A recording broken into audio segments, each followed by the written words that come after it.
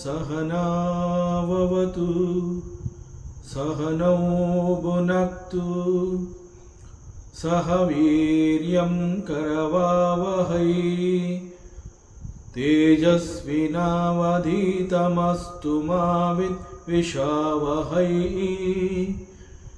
ओम शांति शांति शांति।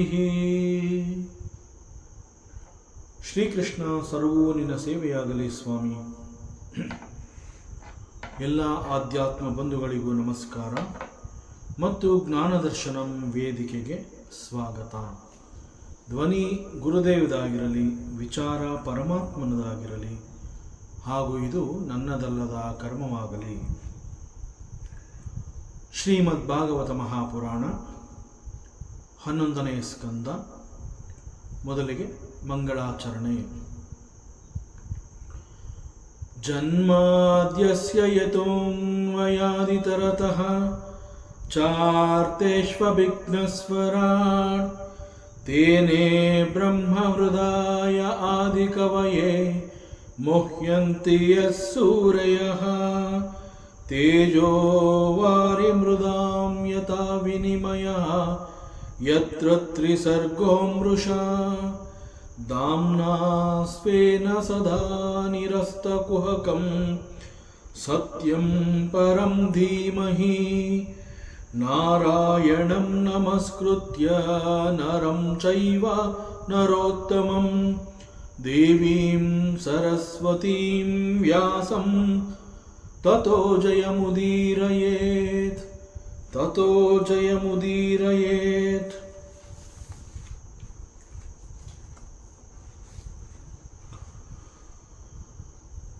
So ಇಲ್ಲಿ ಭಗವಂತ ಉದ್ಧವನಿಗೆ ಹೇಳ್ತಾ ಇದ್ದಾನೆ, ಮಾಡುವಂತಹ ಕರ್ಮ ಕೇವಲ ಕರ್ಮವಾಗಿ ಉಳ್ಕೊಂಡ್ರೆ ಅದರ ಫಲವನ್ನು ಮಾಡಿದವನು ಅನುಭವಿಸ್ಬೇಕಾಗತ್ತೆ. ಅವನು ಕರ್ತೃ ಅಂತ ಅನ್ನಿಸ್ಕೋತಾನೆ. ಸೊ ಫಲಕ್ಕೆ ಅಂಟಿಕೊಳ್ಳದೆ ಕರ್ಮವನ್ನು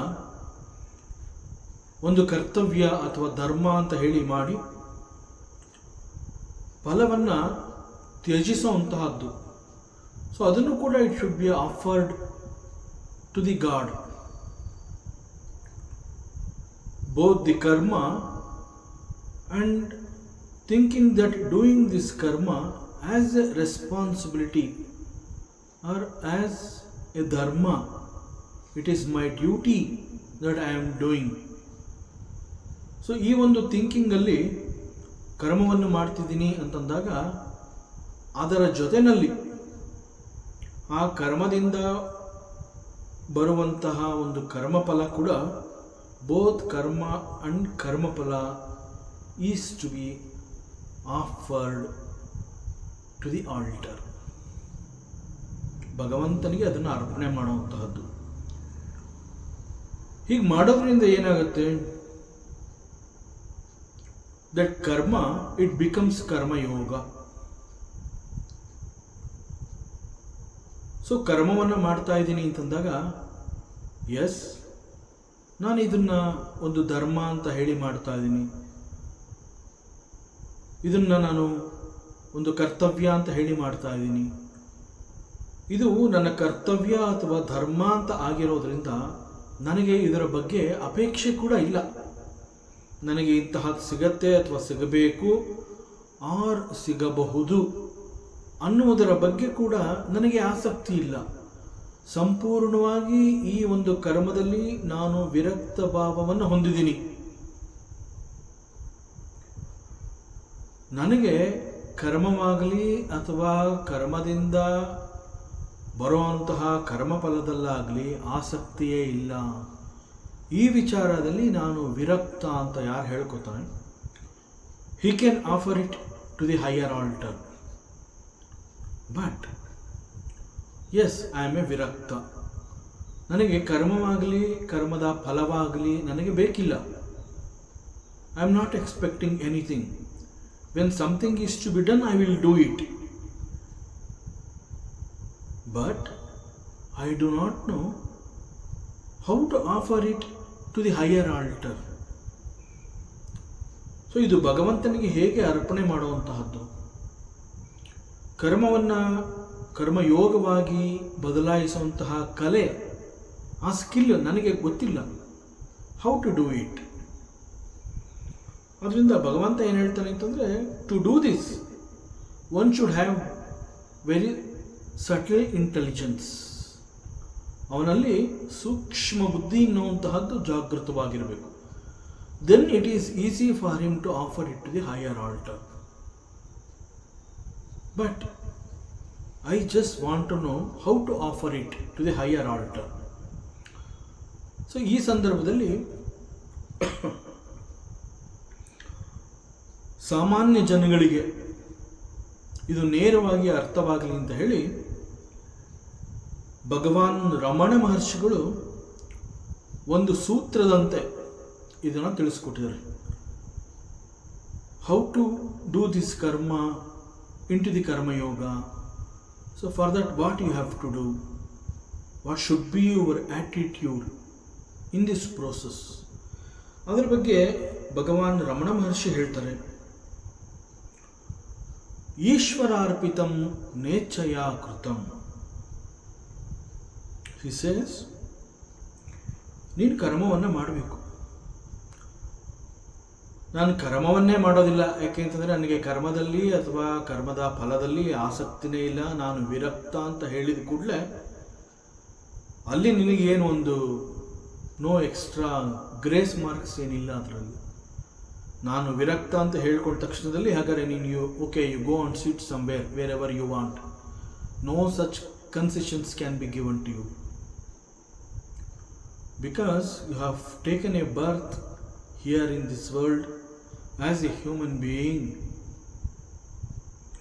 you are expected to discharge your duties, whatever it is. Those things are called the karmas. ನಿನಗೆ ಲೌಕಿಕದಲ್ಲಿ ಆಸಕ್ತಿ ಇಲ್ಲದೆ ಇರಬಹುದು, ಕರ್ಮದ ಫಲದಲ್ಲಿ ಅಪೇಕ್ಷೆ ಇಲ್ಲದೆ ಇರಬಹುದು, ಕರ್ಮ ಮತ್ತು ಕರ್ಮಫಲದಲ್ಲಿ ನೀನು ವಿರಕ್ತನಾಗಿರಬಹುದು. That doesn't mean that you cannot do the karmas. You cannot escape from discharging your certain obligatory duties. That means you have to do some karmas always. ಮನುಷ್ಯ ಅಂತಂದ ಮೇಲೆ ಅವನು ಕರ್ಮವನ್ನು ಮಾಡದೇ ಇರೋದಕ್ಕೆ ಸಾಧ್ಯವೇ ಇಲ್ಲ. ಸೊ ಕರ್ಮವನ್ನು ಅವನು ಮಾಡಲೇಬೇಕು. ಸೊ ಕರ್ಮವನ್ನು ಸಾಮಾನ್ಯವಾಗಿ ಒಬ್ಬ ಮನುಷ್ಯ ಯಾಕೆ ಕರ್ಮವನ್ನು ಮಾಡ್ತಾನೆ? Because he has set certain goals in his life. ಅವನಿಗೆ ಒಂದು ಗುರಿ ಇರುತ್ತೆ ಜೀವನದಲ್ಲಿ, ಬದುಕಿನಲ್ಲಿ ಒಂದು ಉದ್ದೇಶ ಇರುತ್ತೆ. ಇಂತಹದ್ದು ನನಗೆ ಬೇಕು ಅಥವಾ ಇಂತಹದ್ದು ನನಗೆ ಬೇಡ. ಸೊ ಇಲ್ಲಿ ಈ ಬೇಕು ಬೇಡಗಳ ನಡುವೆ ಲೈಕ್ಸ್ ಅಂಡ್ ಡಿಸ್ಲೈಕ್ಸ್ ಅಂತ ನಾವು ಹೇಳ್ತೀವಿಲ್ಲ, ಆ ರೀತಿಯಲ್ಲಿ ಕೆಲವೊಂದುಗಳು ಬೇಕು, ಕೆಲವೊಂದುಗಳು ಬೇಡ. ಹೀಗೆ ಹೇಳಿದಾಗ ಯಾವುದು ನನಗೆ ಬೇಕು ಅಂತ ತಿಳಿದಿರ್ತೀನಿ ಅವುಗಳನ್ನು ಪಡ್ಕೊಳ್ಳೋದಕ್ಕೆ ಕೆಲವು ಕರ್ಮಗಳನ್ನು ಮಾಡಬೇಕಾಗುತ್ತೆ. ಅಟ್ ದ ಸೇಮ್ ಟೈಮ್ ನನಗೆ ಕೆಲವುಗಳು ಬೇಡ. ಸೊ ನನಗೆ ಕೆಲವುಗಳು ಬೇಡ ಅಂತಂದಮೇಲೆ ಅದು ನನಗೆ ಸಿಗಬಾರ್ದು, ಅದು ನನಗೆ ಸಿಗಲೇಬಾರ್ದು ಅನ್ನೋದಕ್ಕೂ ಕೂಡ ಕೆಲವು ಕರ್ಮಗಳನ್ನು ಮಾಡಬೇಕಾಗುತ್ತೆ. That means you cannot escape from the karmas. So ಹೀಗೆ ಮನುಷ್ಯ ಕರ್ಮದಲ್ಲಿ ಯಾಕೆ ಭಾಗಿಯಾಗ್ತಾನೆ ಅಂತಂದರೆ he has set certain goals. ಅವನ ಬದುಕಿನಲ್ಲಿ ಒಂದು ಉದ್ದೇಶ ಇಟ್ಕೊಂಡಿರ್ತಾನೆ. ಆ್ಯಂಡ್ ಆ ಉದ್ದೇಶಕ್ಕಾಗಿ ಅವನು ಪ್ರಯತ್ನವನ್ನು ಮಾಡಬೇಕಾಗುತ್ತೆ. ಉದ್ದೇಶ ದಿಸ್ ಈಸ್ ಮೈ ಗುರಿ ಅಂತ ಅಂದ್ಬಿಟ್ರೆ ಸಾಲದು. What is your goal in your life ಅಂತಂದರೆ ಅದನ್ನು ಬರೆದು ತೋರಿಸಿದ್ರೆ that is not sufficient. That goal is to be realised. For that certain actions are required. So he has to work towards that. So working towards some particular karma, through that he can reach his goal. So no doubt, if you do such karmas for a particular goal, you are going to achieve that. It is true. Since you have put some sincere efforts in the path, you are going to get it. So, ಅಲ್ಲಿ results ಅನ್ನುವಂತಹದ್ದು ಇದ್ದೇ ಇರುತ್ತೆ. ಅಲ್ಲಿ ಎಷ್ಟು percent ನಿನ್ನ ಪರವಾಗಿ ಆ result ಬಂದಿದೆ, that is different. Because ಒಂದು ಕರ್ಮವನ್ನು ಮಾಡ್ತಾ ಇದ್ದೀನಿ ಅಂತಂದಾಗ ನಾನು ಈ ರೀತಿಯಲ್ಲಿ ಮಾಡ್ತಾ ಇದ್ದೀನಿ, ಇದು ಕರೆಕ್ಟಾಗಿದೆ ಅನ್ನುವಂತಹದ್ದು ಕೇವಲ ನಿನ್ನ ಅನಿಸಿಕೆ. ಆ ಕರ್ಮವನ್ನು ಹೇಗೆ ಮಾಡಬೇಕು ಅನ್ನೋದಕ್ಕೆ ಅದರದೇ ಆದ ಒಂದು ಪ್ರೋಸೆಸ್ ಇದೆ, ಒಂದು ಕ್ರಮ ಇದೆ. ಆ ಎಲ್ಲ ಕ್ರಮಗಳನ್ನು ನೀನು ಅನುಸರಿಸಿದೀಯಾ, then you will get 100% result. Otherwise you will get the result. That result depends on how you did that karma. So ಒಂದು ಕರ್ಮ ಅಂತ ಹೇಳಿದ್ಮೇಲೆ ಅಲ್ಲಿ ಒಂದು ರಿಸಲ್ಟ್ ಅನ್ನುವಂತಹದ್ದು ಇದ್ದೇ ಇರುತ್ತೆ. ಇಲ್ಲಿ ಭಗವಾನ್ ರಮಣ ಮಹರ್ಷಿಗಳು ಈಶ್ವರಾರ್ಪಿತಂ ಅನ್ನುವಂತಹದ್ದನ್ನು ಯಾವ ಅರ್ಥದಲ್ಲಿ ಹೇಳಿದ್ದಾರೆ ಅಂತಂದರೆ, see you have done a karma, for that there is a result also. So you dedicate those results also to the higher altar, that is Ishwararpitam. But how to offer this to a higher altar? Because ಇದನ್ನು ಭಗವಂತನಿಗೆ ಅರ್ಪಿಸಬೇಕು. ನಾನು ಮಾಡುವಂತಹ ಕರ್ಮ ಮತ್ತು ಕರ್ಮದ ಫಲಗಳನ್ನು ನನಗೆ ಬೇಡ, ಇದು ನಿನ್ನ ಸೇವೆ ಅಂತ ಹೇಳಿ ನಾನು ಮಾಡ್ತಾ ಇದ್ದೀನಿ. ಅದರಿಂದ ಸೇವೆ ಅಂತ ಮಾಡಿದ್ಮೇಲೆ ನನಗೆ ಎಕ್ಸ್ಪೆಕ್ಟೇಷನ್ ಇಲ್ಲ, ಬಟ್ ಕರ್ಮಕ್ಕೆ ಒಂದು ಫಲ ಬಂದ್ಬಿಡ್ತು, ನನಗೆ ಆಸಕ್ತಿ ಇಲ್ಲದೆ ಹೋದರೂ ಬಂತು, ಅದನ್ನು ನಾನು ನಿನಗೆ ಕೊಡೋದಕ್ಕೆ ರೆಡಿ ಇದ್ದೀನಿ. But I have not seen this Ishwara, so how to offer? So for I have not seen the God. ನಾನು ಕರ್ಮವನ್ನು ಮಾಡಿ ಆಗಿದೆ, ಒಂದು ರಿಸಲ್ಟ್ ಬಂದಿದೆ, ಅದನ್ನು ಈಗ I am ready to offer it to you. But how to offer this to the higher altar? ಅದಕ್ಕೆ ರಮಣ ಮಹರ್ಷಿಗಳು ಹೇಳ್ತಾರೆ, ದೇರ್ ಆರ್ ವೇರಿಯಸ್ ವೇಸ್. ನೀನು ಇದು ನನಗೆ ಬೇಡ, ಇದು ಭಗವಂತನಿಗೆ ಅರ್ಪಣೆ ಮಾಡ್ತಾ ಇದ್ದೀನಿ ಅಂತಂದಾಗ ಅದಕ್ಕೆ 100 ದಾರಿಗಳಿದೆ. Not to worry. So it depends how high you are. ನೀನು ಯಾವ ಸ್ಥಾನದಲ್ಲಿ ನಿಂತು ಅದನ್ನು ಆಫರ್ ಮಾಡೋದಕ್ಕೆ ರೆಡಿ ಇದೆಯಾ ಅನ್ನುವುದರ ಮೇಲೆ ನೀನು ಅದು ಭಗವಂತನಿಗೆ ಹೇಗೆ ನೀನು ಅರ್ಪಣೆ ಮಾಡ್ತೀಯ ಅನ್ನುವಂತಹದ್ದು ಆಗತ್ತೆ. ಈಗ if I think my self as very small, then it is impossible to offer it to the higher altar. ಅದೇ ರೀತಿಯಲ್ಲಿ if my ego is very high, then also it is not possible to reach out to the God. ಆದ್ದರಿಂದ altar ಅಂತ ಹೇಳಿದಾಗ even there are different levels of altar. ಭಗವಂತ ಅಂತ ಹೇಳಿದಾಗ ಅನೇಕ ರೀತಿಯ ಭಗವತ್ ಸ್ವರೂಪಗಳನ್ನು ನಾವಿಲ್ಲಿ ನೋಡ್ತೀವಿ. ಸೊ ಅನೇಕ ರೀತಿಯ ಆ ಭಗವತ್ ಸ್ವರೂಪಗಳಲ್ಲಿ ಯಾವ ಭಗವತ್ ಸ್ವರೂಪಕ್ಕೆ ನಾನು ಇದನ್ನು ಆಫರ್ ಮಾಡಬೇಕು ಅಥವಾ ಆಫರ್ ಮಾಡಬಹುದು ಆಫರ್ ಮಾಡ್ತಾ ಇದ್ದೀನಿ. So now A job is done.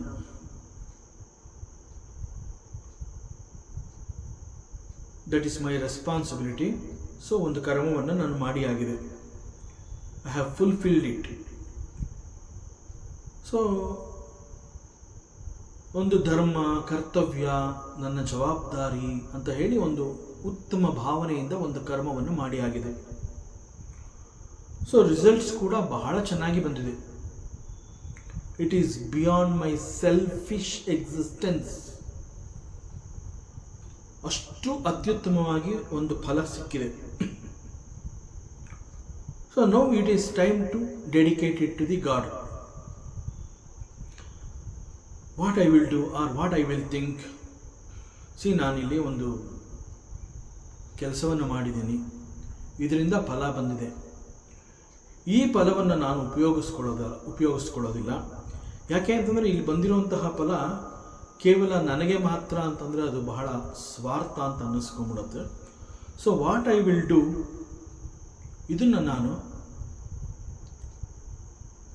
ನನ್ನ ಫ್ಯಾಮಿಲಿ ಮೆಂಬರ್ಸ್, ನನ್ನ ಮನೆಯ ಸದಸ್ಯರುಗಳಿದ್ದಾರೆ, ನನ್ನ ತಂದೆ, ತಾಯಿ, ಹೆಂಡತಿ, ಮಕ್ಕಳು, ಅಣ್ಣ, ತಮ್ಮ, ಅಕ್ಕ, ತಂಗಿ, ಹೀಗೆ ನಮ್ಮ ಮನೆಯಲ್ಲಿ ನಾವೆಲ್ಲ ಅನೇಕ ಜನಗಳಿದ್ದೀವಿ.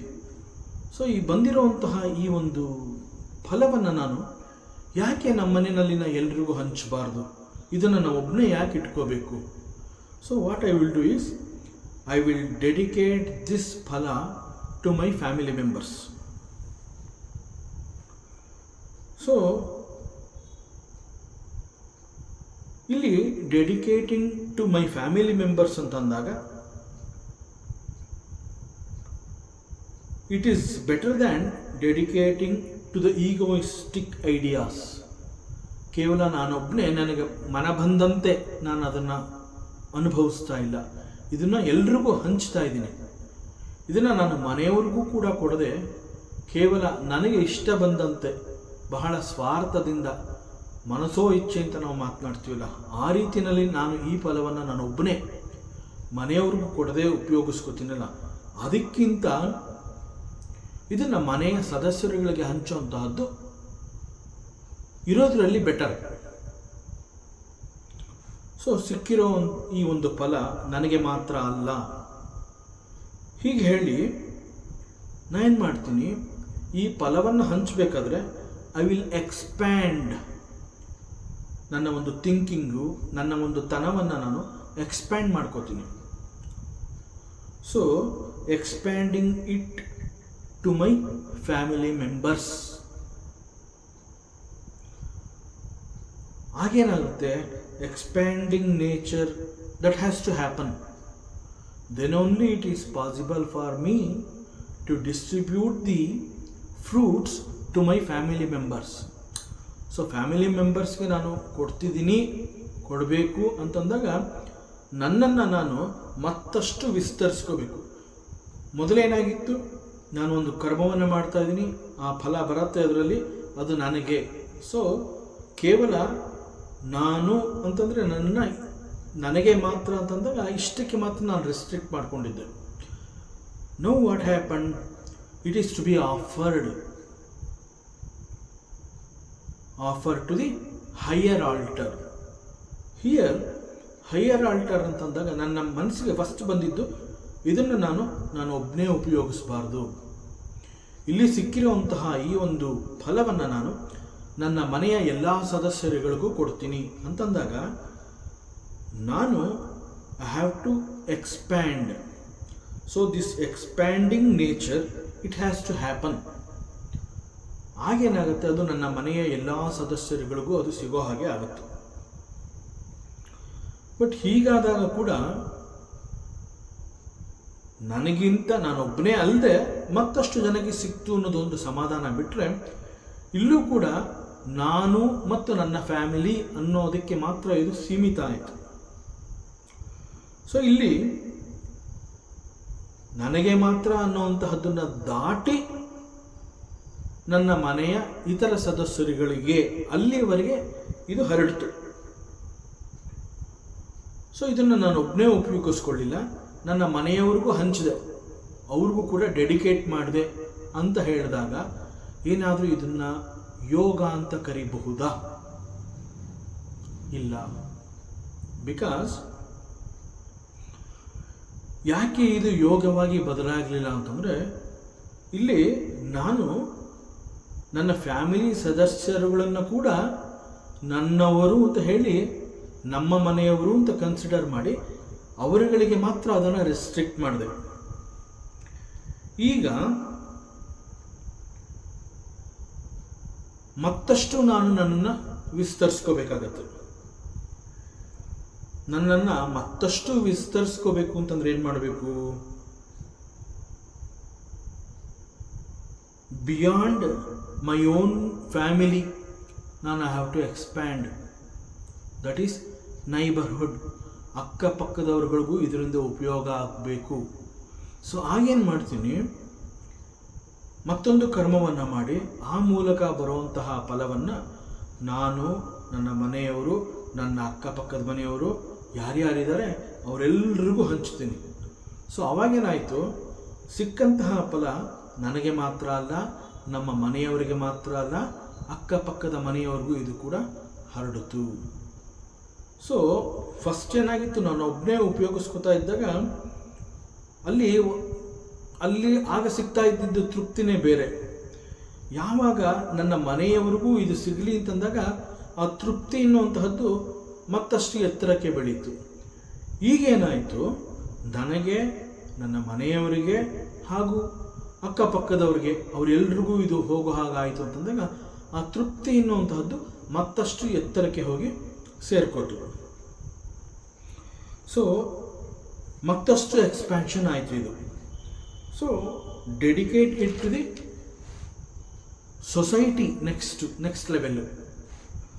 ಈಗೇನಾಯಿತು, the altar has become little higher.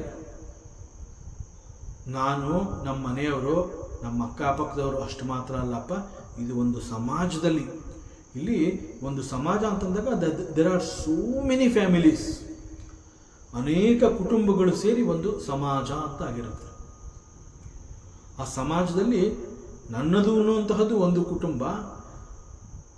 ಈ ನನ್ನ ಕುಟುಂಬದಂತೆ ಇಲ್ಲಿ ಅನೇಕ ಕುಟುಂಬಗಳು ಸೇರಿ ಒಂದು ಸಮಾಜ ನಿರ್ಮಾಣ ಆಗಿದೆ, ಒಂದು ಸೊಸೈಟಿ ನಿರ್ಮಾಣ ಆಗಿದೆ. ಈಗೇನಾಯಿತು, the expansion nature, it has gone beyond my family, beyond neighbourhood and to the entire society. ಆಗ to some extent it can be called really dedicating to the higher altar. ಈಗ there are scientists in the nation. ಅವರೇನು ಮಾಡ್ತಾರೆ, ಯಾವುದೋ ಒಂದು research ಇಡೀ ದೇಶಕ್ಕೆ ಒಳ್ಳೆಯದಾಗಬೇಕು, ಮಾನವ ಕುಲಕ್ಕೆ ಒಳ್ಳೆಯದಾಗಬೇಕು ಅಂತ ಹೇಳಿ they will be doing some research work. ಆಮೇಲೆ ಅದು ಸಕ್ಸಸ್ ಆದಾಗ ಏನು ಮಾಡ್ತಾರೆ, ಅದರ ಫಲವನ್ನು ಎಲ್ಲರೂ ಅನುಭವಿಸ್ಲಿ ಅಂತ ಹೇಳಿ ಅದನ್ನು ಇಡೀ ದೇಶಕ್ಕೆ ಸಮರ್ಪಣೆ ಮಾಡ್ತಾರೆ. ಹಾಗೇನಾಗುತ್ತೆ, ಬೆನಿಫಿಟ್ಟು ಒಂದು ದೇಶದ ಅಷ್ಟೂ ನಾಗರಿಕರುಗಳಿಗೆ ಈ ಒಂದು ವ್ಯವಸ್ಥೆ ತಲುಪತ್ತೆ. ಸೊ ಅನೇಕರು ಅದರ ಫಲವನ್ನು ತಗೋತಾರೆ. ಸೊ ಯಾವಾಗ ಒಂದು ಫಲವನ್ನು ಈ ರೀತಿ entire ನೇಷನ್ಗೆ ಹಂಚಿದಾಗ ಅದೇನಾಯಿತು, that dedication, it has gone to much higher altar. ಆವಾಗ ಜನ ಯಾವ ರೀತಿ ಗುರುತಿಸ್ತಾರೆ ಅವನನ್ನು, ಎಷ್ಟು ದೊಡ್ಡ ದೇಶಭಕ್ತಿ ಅವನಿಗೆ, ಇಡೀ ದೇಶಕ್ಕೆ ಹಂಚಿದ. ಸೊ ದಟ್ ಡೆಡಿಕೇಟಿಂಗ್ ಆ್ಯಕ್ಟ್ ಅದು ದೇಶಭಕ್ತಿ ಅಂತ ಅನ್ನಿಸ್ಕೋತು. ಮುಂಚೆ ಏನಾಗಿತ್ತು, ಬರೀ ಮನೆಯವರಿಗೆ ಅವನು ಹಂಚ್ತಾ ಇದ್ದಾಗ ಮಾತೃಭಕ್ತಿ, ಪಿತೃಭಕ್ತಿ ಈ ಥರ ಅನ್ನಿಸ್ತಾ ಇತ್ತು. ಆಮೇಲೆ ಸಮಾಜಮುಖಿಯಾಗಿ ಅವನು ಕೆಲಸ ಮಾಡಿದಾಗ ಒಂದು ಸಮಾಜದಲ್ಲಿ ಅನೇಕರಿಗೆ ಅದು ಸಿಗೋ ಹಾಗಾಯಿತು. ಈಗ ಇಡೀ ದೇಶಕ್ಕೆ ಒಂದು ಫಲವನ್ನು ಅವನು ಸಮರ್ಪಣೆ ಮಾಡಿದಾಗ ಅದನ್ನು ದೇಶಭಕ್ತಿ ಈ ರೀತಿ ಅದನ್ನು ಗುರುತಿಸ್ತಾರೆ. ಸೊ ಇಲ್ಲೇನಾಗುತ್ತೆ, ಅದು it has the service R the fruits from that karma that has distributed to so many people in the entire nation. So again I thought dedication is grown much higher altar. So ಈ ರೀತಿ ನೋಡಿದಾಗ highest dedication that one can offer is to the Supreme Lord.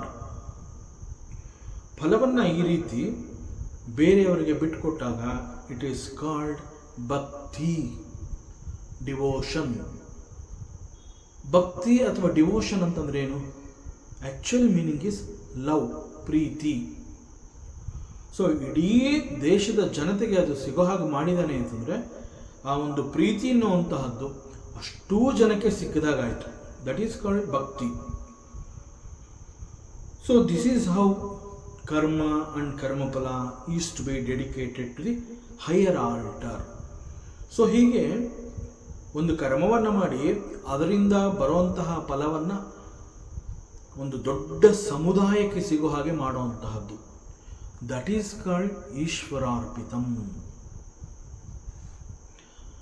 And ಈ ಒಂದು ಕರ್ಮವನ್ನು ಮಾಡಿ ಅದರ ಫಲವನ್ನು higher ಆಲ್ಟರ್ಗೆ offer ಮಾಡುವಂತಹ ಈ ಒಂದು ಕ್ರಮವನ್ನು ಈಶ್ವರಾರ್ಪಿತಂ ಅಂತ ಕರೆದು, ಅದರಲ್ಲಿ ದ ಸೆಕೆಂಡ್ ಸ್ಟೆಪ್ ಏನು ಅಂತಂದರೆ ನೇಚ್ಛಯಾಕೃತಂ.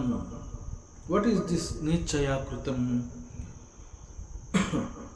ನಾವು ಒಂದು ಕರ್ಮವನ್ನು ಮಾಡಿದಾಗ ಅದು ಹೇಗಿರಬೇಕು ಅಂತಂದರೆ ಅಲ್ಲಿ ಸೆಲ್ಫಿಶ್ ಆ್ಯಟಿಟ್ಯೂಡಿಂದ ಅದು ಸೆಲ್ಫ್ಲೆಸ್ ಆ್ಯಟಿಟ್ಯೂಡ್ ಆಗಬೇಕದು. ಆ ರೀತಿಯಲ್ಲಿ ಆ ಕರ್ಮವನ್ನು ಮಾಡಿರಬೇಕಾಗುತ್ತೆ. ಉದಾಹರಣೆಗೆ ನಾವು ಸೇವೆ ಅನ್ನುವ ಪದವನ್ನು ಉಪಯೋಗಿಸ್ತೀವಿ. ಈ ಸೇವೆ ಅನ್ನುವಂತಹದ್ದು ಪದವನ್ನು ಉಪಯೋಗಿಸಿದಾಗ ಇಟ್ ಈಸ್ ಅನ್ ಆ್ಯಕ್ಷನ್, ಅದೊಂದು ಕರ್ಮ. ಸೇವೆ ಅನ್ನುವಂತಹದ್ದು ಒಂದು ಕರ್ಮ. ಸೊ ಸೇವೆ ಅನ್ನುವಂತಹ ಕರ್ಮದಲ್ಲಿ ತೊಡಗಿದಾಗ ಅಲ್ಲಿ we just go and do something and serve. ಅದರ ಅರ್ಥ we help them. ಆಗ ಭಾವನೆ ಹೇಗಿರುತ್ತೆ? ಈಗ ಸೇವೆ ಅಂತ ಅದು ಯಾವುದು ಕರೆಸ್ಕೊಳ್ಳುತ್ತೆ ಅಂತಂದರೆ, I have something with me. ನನ್ನ ಬಳಿ ಕೆಲವುದಿದೆ, ಮತ್ತೊಬ್ಬನ ಬಳಿ ಅದು ಇಲ್ಲ. ಸೊ ನನ್ನ ಹತ್ರ ಏನಿದೆ ಅದು ಮತ್ತೊಬ್ಬನಿಗೆ ಬೇಕಾಗಿರುತ್ತೆ. ಐ ಹ್ಯಾವ್ ಇಟ್, ಅವನ ಹತ್ರ ಅದಿಲ್ಲ. ಸೊ ಸೇವೆ ಅಂತಂದಾಗ ಏನಾಗುತ್ತೆ, first go and serve him, ಈ ಅರ್ಥವನ್ನು ಕೊಡುತ್ತೆ. ಸೊ ಇಲ್ಲಿ ಐ ಹ್ಯಾವ್ ಇಟ್ ಅಂತಂದಾಗ ಆ ಒಂದು ಆ್ಯಟಿಟ್ಯೂಡ್ ಎಷ್ಟು ಸರಿ ಅನ್ನುವಂತಹದ್ದು ಈಸ್ ಸೆಕೆಂಡರಿ. ಬಟ್ ನನ್ನ ಹತ್ರ ಇರೋದನ್ನು ಅವನಿಗೆ ಕೊಡ್ತಾ ಇದ್ದೀನಿ ಅಂತ ಅನ್ಕೋತೀವಲ್ಲ, so that changes a lot. So ಹೀಗೆ it is the starting point. ಒಂದು ಕರ್ಮ ಯೋಗವಾಗಿ ಬದಲಾಗೋದಕ್ಕೆ I have it, I am going to give it to him also. So that is the starting point. ಕರ್ಮ ಯೋಗವಾಗಿ ಬದಲಾಗುವಾಗ this is the starting point. The next step of growth ಏನು ಅಂತಂದರೆ, ಮತ್ತೊಬ್ಬನಿಗೆ ಏನಾದರೂ ಮಾಡಲೇಬೇಕು ಅನ್ನುವಂತಹ ಒಂದು ಫೀಲು ನಮ್ಮಲ್ಲಿ ಉಂಟಾಗುತ್ತೆ. ಯಾಕೆ ಅಂತಂದರೆ ಮತ್ತೊಬ್ಬನಿಗೆ ಏನೋ ಒಂದು ಮಾಡಲೇಬೇಕು ಅನ್ನುವಂತಹದ್ದು ನಮ್ಮಲ್ಲಿ ಯಾಕೆ ಬರುತ್ತೆ ಅಂತಂದರೆ, ಮತ್ತೊಬ್ಬನಿಗೆ ಏನೋ ಒಂದು ಬೇಕಾಗಿದೆಯಲ್ಲ ಅದು ಸ್ವತಃ ಅವನು ಮಾಡ್ಕೊಳ್ಳೋಕ್ಕೆ ಆಗ್ತಾ ಇಲ್ಲ ಅನ್ನೋವಂತಹದ್ದು ನಮಗೆ ಗೊತ್ತಾಗುತ್ತೆ. ಆಗೇನಾಗುತ್ತೆ, yes let me do something for him. ಅವನಿಗೆ ಅದಾಗ್ತಾ ಇಲ್ಲ, ನಾನು ಅವನ ಪರವಾಗಿ ಅದನ್ನು ಮಾಡೋಣ. ಈ ಒಂದು ಆ್ಯಟಿಟ್ಯೂಡು ಮತ್ತೊಬ್ಬನಲ್ಲಿ ಆಗ್ತಾ ಇಲ್ವಲ್ಲ, ಅದು ಅವನಿಗೆ ಬೇಕಾಗಿದೆ ಅನ್ನುವಂತಹದ್ದು ನನಗೆ ಹೇಗೆ ಗೊತ್ತಾಗುತ್ತೆ? It is possible only when we become one with Him. When we become one with Him, ಆಗ ಅದು it is not His problem, it is my problem. ಸಮಸ್ಯೆ ಅವನದಲ್ಲ, ಇದು ನನ್ನ ಸಮಸ್ಯೆ. ಆದ್ದರಿಂದ ನಾನು ಮಾಡಲೇಬೇಕು, ಇದನ್ನು ಮಾಡಿ ಇದರ ಫಲ ಅವನಿಗೆ ತಲುಪೋ ಹಾಗಾಗಬೇಕು. ಸೊ ಇಲ್ಲಿ ಆ್ಯಟಿಟ್ಯೂಡ್ ಅನ್ನೋಂಥದ್ದು ಮತ್ತಷ್ಟು ಬಹಳ ಅಲ್ಲಿ ಪ್ರೀತಿ ಇರುತ್ತೆ, ಅನುಕಂಪ ಇರುತ್ತೆ, ಕಾರುಣ್ಯ ಇರುತ್ತೆ. ಇದೆಲ್ಲ ಇದ್ರೂ ನನ್ನಿಂದ ಇದು ಸಾಧ್ಯ, ಅವನಿಗೆ ಮಾಡ್ತಾ ಇದ್ದೀನಿ ಅನ್ನೋದು ಅಲ್ಲಿ ಒಂದು ಮಟ್ಟಿಗೆ ಈಗೋ, ನನ್ನಿಂದ ಇದು ಪಾಸಿಬಲ್ ಅನ್ನೋವಂತಹದ್ದು ಒಂದು ಈಗೋ ಅಂತ ಅನಿಸಿದ್ರು ಕೂಡ ಯಾವಾಗ ಅದು ಮತ್ತೊಬ್ಬನನ್ನು ಹೋಗಿ ತಲುಪುತ್ತೆ ಆಗ ದಟ್ ಈಗೋ ಇಟ್ ವ್ಯಾನಿಷಸ್. ಅಲ್ಲಿ ಅದಕ್ಕೆ ಅಷ್ಟು ಮಹತ್ವ ಸಿಗೋದಿಲ್ಲ, ಆ ಈಗೋಗೆ ಅಷ್ಟು ಮಹತ್ವ ಸಿಗೋದಿಲ್ಲ. ಸೊ ಅವ್ರಿಗೆ ನಿಜವಾಗ್ಲೂ ಆ ರೀತಿಯ ಒಂದು ಸರ್ವಿಸಸ್ ಬೇಕಾಗುತ್ತೆ. But the capacity, the ability and the sources are with us, not with them. ಆದ್ದರಿಂದ ಅವರ ಪರವಾಗಿ ನಾವು ಮಾಡ್ತೀವಿ. So when we become one with them, then it is possible for us to do the karma and offer it to them. So ಇದು ಅವರ ಸಮಸ್ಯೆ ಅಲ್ಲ, ನನ್ನ ಸಮಸ್ಯೆ ಅಂತ ಹೇಳಿ I will take it to my shoulder. So ಈ ರೀತಿ ಜವಾಬ್ದಾರಿ ಎನ್ನುವಂತಹದ್ದು ಬಂದಾಗ, ಮತ್ತೊಬ್ಬರಿಗಾಗಿ ನಾವು ಮಾಡಲೇಬೇಕು ಅನ್ನುವಂತಹದ್ದು ಬಂದಾಗ, it is called the dharma or the kartavya or it is my duty. ಇದೆಲ್ಲ ನಮ್ಮಲ್ಲಿ ಹುಟ್ಕೊಳ್ಳುತ್ತೆ. ಸೊ ನಾವು ಮತ್ತೊಬ್ಬನನ್ನು ನೋಡಿ ಅವನಿಗೇನಾದರೂ ಒಂದು ಸಹಾಯ ಮಾಡಬೇಕು ಅಂತ ಅನ್ನಿಸಿದಾಗ, it is not only that we become one with him, we see the Bhagavan in him, we see the Bhagavan in his form. ನಮ್ಮಲ್ಲಿ ನಮ್ಮ ಅಂತರಂಗ, ನಮ್ಮ ಅಂತಃಕರಣ, ನಮ್ಮಲ್ಲಿ ಕಾರುಣ್ಯ ಯಾವಾಗ ಹುಟ್ಟುತ್ತೆ ಅಂತಂದರೆ ವೆನ್ ದಟ್ ಡಿವಿನಿಟಿ ಟಚಸ್.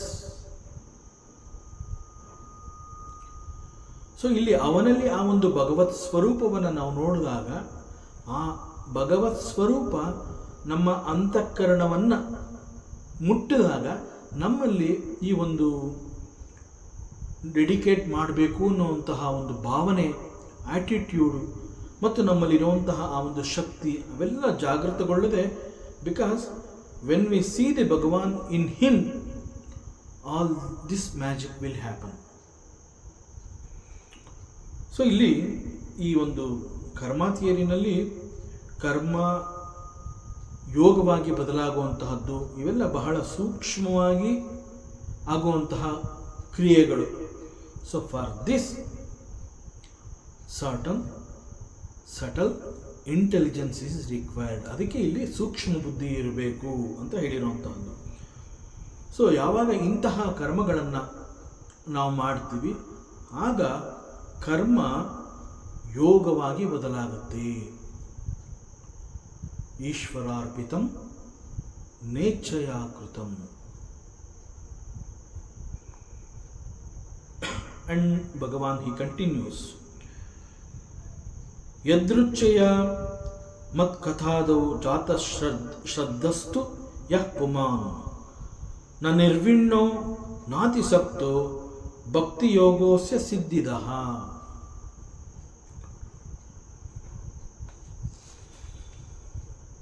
ಇಲ್ಲಿ ಕೆಲವು ಜನಗಳಿರ್ತಾರೆ. ಸೊ ಎಲ್ರಿಗೂ ಕೂಡ it is not possible that they can withdraw from the world. It is not possible. ಇಲ್ಲಿ ಲೋಕೋ ಭಿನ್ನ ರುಚಿ ಅಂತ ಹೇಳಿದ ಹಾಗೆ ಇಲ್ಲಿ ಹಲವಾರು ವ್ಯಕ್ತಿಗಳಿರ್ತಾರೆ. ಒಬ್ಬೊಬ್ಬರಲ್ಲಿ ಒಂದೊಂದು ಅಭಿರುಚಿ. ಒಬ್ಬನಿಗೆ ಲೌಕಿಕದಲ್ಲಿ ಸಿಗುವಂತಹ ತೃಪ್ತಿ ಅವನನ್ನು ಸಾಕಷ್ಟು ಸಂತೋಷಪಡಿಸಿರುತ್ತೆ. ಮತ್ತೊಬ್ಬನಿಗೆ ಈ ಲೌಕಿಕದ ಸುಖ ಸಂತೋಷಗಳು ಶಾಶ್ವತ ಅಲ್ಲ ಅನ್ನುವಂತಹದ್ದು ಗೊತ್ತಾಗಿ ಅವನು ನನಗೆ ಇದು ಬೇಡ ಅಂತ ಹೇಳಿ ವಿರಕ್ತ ಭಾವನೆಯನ್ನು ಹೊಂದುತ್ತಾನೆ. ಅವನು ನನಗೆ ಬೇಡ ಅಂತ ಹೇಳ್ತಾ ಇರೋವಂತಹದ್ದೇ ಅವನಿಗೆ ಅಲ್ಲಿ ತೃಪ್ತಿ ಸಿಗಿರುತ್ತೆ. ಕಂಟೆಂಟ್ಮೆಂಟ್ ಅಂತ ಹೇಳ್ತೀವಿ. ಇನ್ನು ಕೆಲವರಿಗೆ ಇಂತಹದ್ದು ಬೇಕು, ಅದರಲ್ಲಿ ಅವರು ತೃಪ್ತಿಯನ್ನು ಕಂಡ್ಕೋತಾ ಇದ್ದಾರೆ. ಅದರಿಂದ it is not possible that ಪ್ರತಿಯೊಬ್ಬರಿಗೂ it is not possible to withdraw from the laukika. So ಈ ಲೋಕದಲ್ಲಿ ಜಗತ್ತಿನ ಕೆಲವು ವಸ್ತು ವಿಷಯಗಳಲ್ಲಿ ಆಸಕ್ತಿ ಇರೋಂತಹವ್ರನ್ನ ವರ್ಡ್ಲಿ ಪೀಪಲ್ ಅಂತ ಹೇಳ್ತೀವಿ. That means they are attach to the world. ಯಾಕೆ ಹೀಗೆ ಅಂತಂದರೆ they are not the viraktas, they are interested in laukika. ಅವರಿನ್ನೂ ಅಲ್ಲಿ ಅನೇಕಗಳನ್ನು ಪಡ್ಕೋಬೇಕು, ಗಳಿಸಬೇಕು, ಅನುಭವಿಸಬೇಕು ಅನ್ನುವಂತಹ ಒಂದು ಆಕಾಂಕ್ಷೆ ಹೊಂದಿರ್ತಾರೆ. ಆದ್ದರಿಂದ ದೇ ಆರ್ ನಾಟ್ ದಿ ವಿರಕ್ತಾಸ್. ಇಲ್ಲಿ ಸಿಗುವಂತಹ ಶಾಂತಿ, ನೆಮ್ಮದಿ ಮತ್ತು ತೃಪ್ತಿಯನ್ನು ಅವರು ಬಹಳ ಸಂತೋಷದಿಂದ ಅನುಭವಿಸ್ತಾ ಇರ್ತಾರೆ. ಹಾಗಾಗಿ ಅವರಿಗೆ ಇಂಟ್ರೆಸ್ಟ್ ಇದೆ. ಲೌಕಿಕ ಅಂತಂದರೆ ಅವ್ರಿಗೆ ಬೇಕು, ಅದರಿಂದ ಅವ್ರಿಗೆ ತೃಪ್ತಿ ಸಿಗ್ತಾ ಇದೆ. ಮತ್ತು ಈ ಒಂದು ಸುಖದ ರುಚಿ ಅವರಿಗೆ ಗೊತ್ತಾಗಿರೋದ್ರಿಂದ ಆ ಸುಖದ ರುಚಿಯನ್ನು ಅವರು ಬಿಟ್ಕೊಡೋದಕ್ಕೆ ಇಷ್ಟಪಡೋದಿಲ್ಲ. ಸೊ ಮತ್ತೆ ಮತ್ತೆ ಆ ಸುಖದ ರುಚಿಯ ಸವಿಯಬೇಕು ಅಂತ ಹೇಳಿ ಏನು ಮಾಡುವುದರಿಂದ ಈ ಒಂದು ಸಂತೋಷ ಸಿಗತ್ತೆ ಅನ್ನೋದು ಅವರು ಕಂಡುಕೊಂಡಿರ್ತಾರೆ. ಮತ್ತೆ ಮತ್ತೆ ಅವರು ಅಂತಹದೇ ಕರ್ಮಗಳಲ್ಲಿ ತೊಡಗ್ತಾ ಇರ್ತಾರೆ. ಸೊ ಇಂತಹದ್ದು ನನಗೆ ಬೇಕು ಅಂತಂದಾಗ ಅದಕ್ಕಾಗಿ ಯಾವ ರೀತಿಯ ಕರ್ಮವನ್ನು ಮಾಡಬೇಕು ಆ ಎಲ್ಲ ಕರ್ಮಗಳನ್ನು ಮಾಡೋದಕ್ಕೆ ಅವರು ರೆಡಿ ಇರ್ತಾರೆ. ಸೊ ಮಾಡುವಂತಹ ಕರ್ಮದಲ್ಲಿ ಅವರಿಗೆ ಉತ್ಸಾಹ ಇರುತ್ತೆ. ಯಾಕೆ ಉತ್ಸಾಹ ಇರುತ್ತೆ ಅಂತಂದರೆ ಇಂತಹ ಕರ್ಮವನ್ನು ಮಾಡಿದಾಗ ಆ ಮೂಲಕ ಇಂತಹ ಒಂದು ಫಲ ಅಂತಂದರೆ ರಿಸಲ್ಟ್ ಬರುತ್ತೆ ಅನ್ನೋದು ಗೊತ್ತಿದೆ. ಮತ್ತು ರಿಸಲ್ಟ್ ನನಗೆ ಬೇಕು ಅನ್ನುವಂತಹ ಅದರ ಬಗ್ಗೆ ಆಸಕ್ತಿಯನ್ನು ಕೂಡ ಹೊಂದಿರ್ತಾರೆ. So they are ready to work towards that. ಆದರೂ ಕೂಡ ಇಂತಹ ಜನಗಳು ಕೂಡ because of some punya, that punya was gained in their previous lifes, ಅಂದರೆ ಪೂರ್ವದ ಜನ್ಮದಲ್ಲಿ ಅನೇಕ ಪುಣ್ಯಗಳನ್ನು ಮಾಡಿರೋದ್ರಿಂದ ಅವರಿಗೆ ಸಡನ್ನಾಗಿ ಏನಾಗುತ್ತೆ ಅಂತಂದರೆ, and at the same time because of the grace of the lord, ಮತ್ತು ಒಬ್ಬ ಗುರುವಿನ ಸೂಕ್ತ ಸಮಯದಲ್ಲಿ ಸಿಕ್ಕಂತಹ ಒಂದು ಮಾರ್ಗದರ್ಶನದ ಕಾರಣದಿಂದ ಅವರಿಗೆ ಲೌಕಿಕದಲ್ಲಿ ಇರುವಾಗಲೇ ಅಂತಂದರೆ ಲೌಕಿಕದ ಮಧ್ಯದಲ್ಲಿಯೇ ಅವರಿಗೆ ಭಗವಂತನ ಲೀಲೆ, ಮಹಿಮೆ ಮತ್ತು ದಿ ಸ್ಟೋರೀಸ್ ಆಫ್ ದಿ ಭಗವಂತ ಮತ್ಕಥಾದೌ, ಆ ಭಗವಂತನ ಕಥೆಗಳಲ್ಲಿ ಅದೆಲ್ಲವನ್ನ ಕೇಳಿಸ್ಕೋಬೇಕು, ತಿಳ್ಕೋಬೇಕು ಅನ್ನುವಂತಹ ಒಂದು ಆಸಕ್ತಿ ಅವರಲ್ಲಿ ಉಂಟಾಗುತ್ತೆ. ಸೊ ಲೌಕಿಕದಲ್ಲೂ ಆಸಕ್ತಿ ಇದೆ ಅವರಿಗೆ. ಅಟ್ ದ ಸೇಮ್ ಟೈಮ್ ಭಗವಂತನ ಲೀಲಾ ಮಹಿಮೆಗಳನ್ನು ಕೂಡ ತಿಳ್ಕೋಬೇಕು ಅನ್ನೋದ್ರಲ್ಲೂ ಕೂಡ ಆಸಕ್ತಿಯನ್ನು ತೋರಿಸ್ತಾರೆ. This type of people are fit for the ಅಧಿಕಾರಿ ಫಾರ್ ಭಕ್ತಿ ಯೋಗ, ಬಿಕಾಸ್ ಅವರಲ್ಲಿ ವೈರಾಗ್ಯ ಉಂಟಾಗಿಲ್ಲ. ಅವರಲ್ಲಿ ವೈರಾಗ್ಯ ಇಲ್ಲದ ಕಾರಣ they are not fit for jnana marga, and they are interested in the worldly objects, and for that they are prepare to do all types of karmas. So ಅವರಿನ್ನೂ ಕರ್ಮ ಮಾರ್ಗದಲ್ಲೂ ಇದ್ದಾರೆ. ಬಟ್ ಕರ್ಮ ಮಾರ್ಗದಲ್ಲಿದ್ದು ಆಗಾಗ್ಗೆ ಇಂತಹ ಭಗವಂತನ ಲೀಲೆಗಳನ್ನು ತಿಳ್ಕೊಳ್ಳೋದ್ರಲ್ಲಿ ಆಸಕ್ತಿ ಇದೆ ಅಂತಂದಾಗ they are fit for this ಭಕ್ತಿ ಯೋಗ. ಸೊ ಸಂಸಾರಕ್ಕೆ ಅವರು ಅಂಟ್ಕೊಂಡಿರ್ತಾರೆ. ಹೆಂಡತಿ, ಮಕ್ಕಳು, ಬಂಧು, ಮಿತ್ರ ಇವರೆಲ್ಲರ ಜೊತೆ ಬಹಳ ಸಂತೋಷದಿಂದ ಜೀವನ ಮಾಡ್ತಾ ಇರ್ತಾರೆ. ಆಧ್ಯಾತ್ಮದ ಗಂಧ ಗಾಳಿ ಇದ್ಯಾವುದೂ ಅವರಿಗೆ ಗೊತ್ತಿರೋದಿಲ್ಲ. ಬಟ್ ಯಾವುದೋ ಒಂದು ಸಂದರ್ಭದಲ್ಲಿ because of some punya or because of the grace of the God or because of the guidance from a guru, all of sudden they start listening to the stories of the Bhagavanta. ಆ ಭಗವಂತನ ಲೀಲೆಯನ್ನು ಇಷ್ಟಪಡ್ತಾರೆ, ಅವನ ಮಹಿಮೆಯನ್ನು ಕೊಂಡಾಡ್ತಾರೆ. ಮತ್ತು ಭಗವಂತ ಅಂತಂದಾಗ ಒಂದು ರೀತಿಯಲ್ಲಿ ಅವರಲ್ಲಿ ಆ ಒಂದು ಪ್ರೀತಿ ಭಕ್ತಿ ಅವೆಲ್ಲ ಉಂಟಾಗುತ್ತೆ. ಸೊ ಆಧ್ಯಾತ್ಮ ಅನ್ನುವಂತಹದ್ದು ಗೊತ್ತಿರೋದಿಲ್ಲ, ಆದರೂ ಕೂಡ ಅವರು ಭಗವಂತನ ಲೀಲಾ ಕಥೆಗಳಲ್ಲಿ ಆಸಕ್ತಿಯಿಂದ ಆಲಿಸುವ ಮಟ್ಟಕ್ಕೆ ಅವರು ಬಂದಿರ್ತಾರೆ. So it is like they participate both in laukika and adhyatmika. So such type of people they are fit adhikaris for the bhakti yoga. But for a Gnani, he has no interest in the worldly objects. ಅವನಿಗೆ ಲೌಕಿಕದಲ್ಲಿ ಯಾವುದರ ಬಗ್ಗೆಯೂ ಆಸಕ್ತಿ ಇರೋದಿಲ್ಲ. He is totally withdrawn from the world. ಭಕ್ತಿ ಯೋಗ ಯಾಕೆ ಇವನಿಗೆ ಪ್ರಿಯವಾಗುತ್ತೆ? First of all, he is not a Gnani. And he is interested in the Laukika.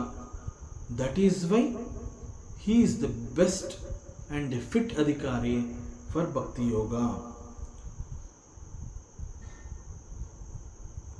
And he is not a Vairagi at the same time. ಇನ್ನೂ ಕೂಡ ಅವನಿಗೆ ನನಗೆ ಇಂತಹದ್ದು ಬೇಕು, ಇಂತಹದ್ದು ಮುಂದೆ, ಅದಕ್ಕಾಗಿ ನಾನು ಶ್ರಮವನ್ನು ಹಾಕ್ತೀನಿ ಅಂತ ಕಾಯ್ತಾ ಇರ್ತಾನೆ. So he has got interest. So he is not prepared. So ಹೀಗೆ ಮತ್ತೆ ಮತ್ತೆ ಕೆಲವುಗಳಿಗಾಗಿ ಅವನು ಕರ್ಮದಲ್ಲಿ ಆಸಕ್ತನಾಗಿ ಕರ್ಮಗಳನ್ನು ಮಾಡ್ತಾ ಇರ್ತಾನೆ. ಕೆಲವೊಮ್ಮೆ ಏನಾಗುತ್ತೆ, in spite of these karmas, ಒಂದು ವೇಳೆ ತಾನು ನಿರೀಕ್ಷಿಸಿದಂತಹ ಒಂದು ಫಲ ಅವನಿಗೆ ಸಿಕ್ಕದೇ ಇದ್ದಾಗ ಅವನೇನು ಅದಕ್ಕೆ ಬೇಜಾರು ಕೂಡ ಮಾಡ್ಕೊಳ್ಳೋದಿಲ್ಲ. Let me try again. That means ಇವತ್ತೆಲ್ಲ ನಾಳೆ ಸಿಗತ್ತೆ ಅನ್ನುವಂತಹ ನಂಬಿಕೆ ಅವನಿಗೆ, ಲೌಕಿಕದ ಮೇಲೆ ಅಷ್ಟು ನಂಬಿಕೆ ಇದೆ ಅವನಿಗೆ. ಸೊ ಒಂದು ಕ್ಷಣದಲ್ಲಿ ಅವನು ತನ್ನ ಮನಸ್ಸನ್ನು ಬದಲಾಯಿಸಿಕೊಳ್ಳಬಲ್ಲ.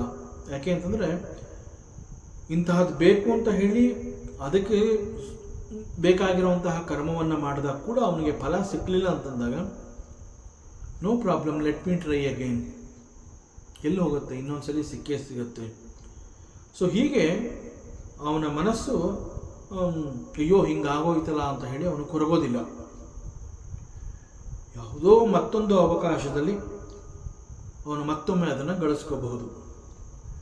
ಅದೇ ರೀತಿ ಮತ್ತೊಂದು ಅವಕಾಶದಲ್ಲಿ ಅವನು ಒಂದು ಸತ್ಸಂಗದಲ್ಲಿ ಭಾಗಿಯಾಗುವಂತೆ ಆದಾಗ ಅಲ್ಲಿ ಸಿಗುವಂತಹ ವಿಚಾರ ಥ್ರೂ ಶ್ರವಣ ಆಸಕ್ತಿಯಿಂದ ಕೇಳಿಸ್ಕೋತಾನೆ. But he is not a vairagi and he is not a jnani also. He is interested in the worldly pleasures ಅಂತ ನಾವೇನು ಹೇಳ್ತೀವಿ, ಆ ರೀತಿ ಅಲ್ಲಿ ಅವನಿಗಿನ್ನೂ ಆಸಕ್ತಿ ಇದೆ.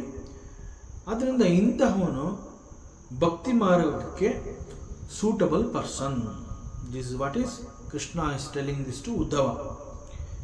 So he is fit for this and he can walk in the path of bhakti marga. So ಜ್ಞಾನ ಮಾರ್ಗ ಅಂತಂದರೆ it is for a person who is totally withdrawn from the world. ಕರ್ಮಯೋಗ ಅಥವಾ ಕರ್ಮ ಮಾರ್ಗ ಯಾರಿಗೆ ಅಂತಂದರೆ, it is for a person who wants something or the other from the world. So he is always seeking something in the world. ಅಂತಹವನು he is fit for karma marga. ಯಾಕೆಂತಂದರೆ ಕರ್ಮ ಮಾರ್ಗ ಅಂತಂದಾಗ ಅದರಲ್ಲಿ ಏನೋ ಒಂದು ಸಿಗುತ್ತೆ, ಅದರಿಂದ ಸಂತೋಷ ಸಿಗುತ್ತೆ ಅಂತ ಹೇಳಿ, ಈವನ್ ಸ್ವರ್ಗ ಅಂತಂದಾಗ ಸ್ವರ್ಗದಲ್ಲಿ ಸುಖ ಇದೆ, ಅದರಿಂದ ಅಂತಹ ಸ್ವರ್ಗ ಸುಖದ ಬಗ್ಗೆ ಕೂಡ ಅವನ ಆಸಕ್ತಿಯನ್ನು ತಾಳಿರ್ತಾನೆ. ಸೊ ಹೀಗೆ ಅವನಿಗೆ ನಾನು ಚೆನ್ನಾಗಿರಬೇಕು, ನನ್ನ ಕಣ್ಣ ಮುಂದೆ ಎಲ್ಲವೂ ಚೆನ್ನಾಗಿರಬೇಕು, ಎಲ್ಲರೂ ಚೆನ್ನಾಗಿರಬೇಕು ಅಂತ ಹೇಳಿ ಆ ಒಂದು ಲೌಕಿಕದ ಮೇಲೆ ಅವನಿಗೆ ನಂಬಿಕೆ ಇರುತ್ತೆ. So this world can give me something and it can give us in total. ಈ ವರ್ಲ್ಡ್ಗೆ ಆ ಒಂದು ಶಕ್ತಿ ಇದೆ ಅನ್ನುವ ನಂಬಿಕೆ ಅವನಲ್ಲಿದೆ. ಸೊ ಅವನೇನು ಮಾಡ್ತಾನೆ, ಸತತವಾಗಿ ಪ್ರಯತ್ನವನ್ನು ಮಾಡ್ತಾ ಇರ್ತಾನೆ. ನನಗೂ ಬೇಕು, ಮತ್ತೊಬ್ಬರಿಗೂ ಬೇಕು, ಎಲ್ಲರೂ ಹೆಂಗೆ ಅಂತಂದರೆ ಎಲ್ಲರೂ ಚೆನ್ನಾಗಿದ್ದರೆ ನಾನು ಸಂತೋಷವಾಗಿರ್ತೀನಿ ಅಂತ ಕೂಡ ತಿಳ್ಕೊಂಡಿರ್ತೀನಿ. ಹಾಗಾಗಿ ಈವನ್ ಈ ಪ್ರೇಸ್ ಸರ್ವೇ ಜನ ಸುಖಿನೋ ಭವಂತು ಅನ್ನೋಂತಹದ್ದನ್ನು ಕೂಡ ಪ್ರೇ ಮಾಡ್ತಾನೆ. Such a person is result oriented ಅಂತಂದರೆ ಅವನಿಗೆ ಆ ಫಲದ ಮೇಲೆ ನಿರೀಕ್ಷೆಯನ್ನು ಇಟ್ಕೊಂಡಿರ್ತಾನೆ. He is interested in the karmas and the ಕರ್ಮಫಲಾಸ್ಗಳ ಮೇಲೆ ಆಸಕ್ತಿ, ಒಂದು ಎಕ್ಸ್ಪೆಕ್ಟೇಷನ್ ಕೂಡ ಇರುತ್ತೆ. ಬಟ್ ಇಲ್ಲಿ ನಮ್ಮ ಶಾಸ್ತ್ರ ಮತ್ತು ವೇದಾಂತ ಅದೇನು ಹೇಳುತ್ತೆ, ಈವನ್ ದಿ ಕರ್ಮಯೋಗ ಅಂತ ಭಗವದ್ಗೀತೆಯಲ್ಲಿ 3ನೇ ಅಧ್ಯಾಯದಲ್ಲಿ ಬಂದಿರುವಂತಹದ್ದು ಕೂಡ ಕರ್ಮ ಅಂತ ಹೇಳಿ ಬಂದಾಗ ನಮ್ಮ ಶಾಸ್ತ್ರ ಗ್ರಂಥಗಳಿರ್ಬೋದು, ಉಪನಿಷತ್ಗಳಿರ್ಬೋದು, ಒಬ್ಬ ಗುರು ಹೇಳೋದೇನು ಅಂತಂದರೆ, do the karmas, don't expect the result. But ಈ ರೀತಿ ಶಾಸ್ತ್ರ ಹೇಳುತ್ತೆ, ಉಪನಿಷತ್ಗಳು ಹೇಳುತ್ತೆ, ಒಬ್ಬ ಗುರು ಹೇಳ್ತಾನೆ ಅಂತಂದಾಗ ಎಷ್ಟು ಜನ ಇದನ್ನು ಕೇಳಿ ಫಾಲೋ ಮಾಡೋದಕ್ಕೆ ರೆಡಿ ಇದ್ದಾರೆ? Not everybody. So every karmachari ಅಂತಂದರೆ every person who works for something is called the karmachari. He wants always something from the karma. ಭಕ್ತಿ ಮಾರ್ಗ ಅಂತಂದಾಗ he is not withdrawn from the world, ಅಥವಾ ನನಗೆ ಬೇಡ ಅಂತ ಹೇಳಿ ಅದನ್ನು ಬಿಟ್ಟಿಲ್ಲ ಅವನು. He is in between. He is not a virakta and he is interested in the laukika. So he is in between and he is a adhikari for the bhakti marga. ಸೊ ಇಂತಹವನ ಹೃದಯದಲ್ಲೂ ಕೂಡ, ಇಂತಹ ಕರ್ಮಾಚಾರಿಯ ಹೃದಯದಲ್ಲೂ ಕೂಡ ಭಗವಂತನ ಲೀಲಾ ಕಥೆಗಳು ಕೂಡ ಪ್ರಸನ್ನಗೊಳ್ಳುತ್ತವೆ. For such people the path of devotion is prescribed in the scriptures. ಉದಾಹರಣೆಗೆ ನಾವು ಭಗವಂತನ ನಾಮ ಜಪವನ್ನು ಮಾಡ್ತಾ ಇದ್ದೀವಿ. ಬಹಳ ಭಕ್ತಿಯಿಂದ, ಒಂದು ಒಳ್ಳೆಯ ಭಾವನೆಯಿಂದ ನಾವು ಈ ಒಂದು ಜಪವನ್ನು ಮಾಡ್ತಾ ಇದ್ದೀವಿ. ನಮ್ಮ ಪ್ರತಿ ಉಸಿರು ಜಪ ಮಾಡಬೇಕಾದ್ರೆ ನಮ್ಮ ಪ್ರತಿ ಉಸಿರಿನಲ್ಲೂ ಕೂಡ ಪರಮಾತ್ಮನ ನಾಮದ ಒಂದು ಭಾವ ಇದೆ ಅಂತ ಭಾವಿಸಿದಾಗ ವಿ ಶುಡ್ ಆಲ್ಸೋ ಥಿಂಕ್, ನಿರಂತರವಾಗಿ ಈ ಒಂದು ಉಸಿರಾಟ ನನ್ನಲ್ಲಿ ನಡೀತಾ ಇದೆ, ಪ್ರತಿ ಉಸಿರಿನಲ್ಲೂ ಭಗವಂತನ ನಾಮ ಇದೆ ಅನ್ನುವ ಭಾವನೆ ಇವಕ್ಕೆಲ್ಲ what is the source or who is the source? Because usirata is going on very smoothly. ಉಸಿರಾಟ ಅಂತ ಹೇಳಿದಾಗ it happens on its own. ನಾನು ಸುಖವಾಗಿ ನಿದ್ರೆ ಮಾಡ್ತಾ ಇದ್ದಾಗ ಕೂಡ ನನ್ನ ಎಫರ್ಟ್ಸ್ ಇಲ್ಲದೆ ಅದು ನಡೀತಾ ಇದೆ. It is because of whose karunya. So ನನ್ನಲ್ಲಿ ಇಷ್ಟೊಂದು ಕ್ರಮಬದ್ಧವಾಗಿ ನನ್ನ ಎಫರ್ಟ್ಸ್ ಇಲ್ಲದೆ ಈ ಒಂದು ಉಸಿರಾಟ ಬಹಳ ಚೆನ್ನಾಗಿ ಆಗ್ತಾ ಇದೆ, ಮತ್ತು ಪ್ರತಿ ಉಸಿರಿನಲ್ಲೂ ಕೂಡ ಭಗವಂತನ ನಾಮ ಅಲ್ಲಿ ಬೆರೆತಿದೆ ಅನ್ನುವ ಭಾವನೆ ನನ್ನಲ್ಲಿ ಬಲವಾಗಿ ಹುಟ್ಟುವುದಕ್ಕೆ who is responsible? Let us think. It is only because of the grace of the god.